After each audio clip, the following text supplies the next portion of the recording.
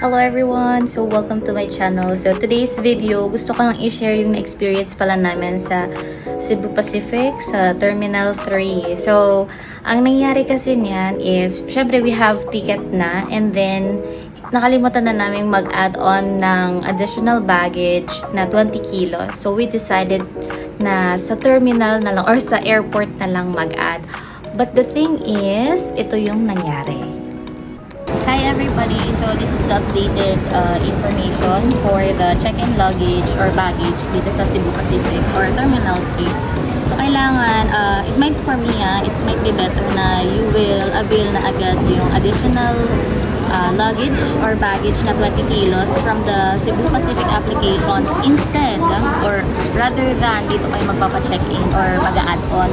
Kasi nagulat lang kami. First time kasi namin na dito na lang i-process yung additional luggage namin na 20 kilos.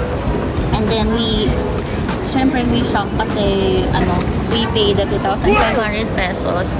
One-way ticket lang po ito or one-way payment lang po for the 20 kilos. So that's the current update here in Terminal 3. Yun nga, so iwasan na namin talaga yung additional baggage na lang sa airport. So, para syempre, iwas 2.5. Sobrang laki kasi ng 2.5 for one way lang. Akala ko nga nung una, balikan na yon.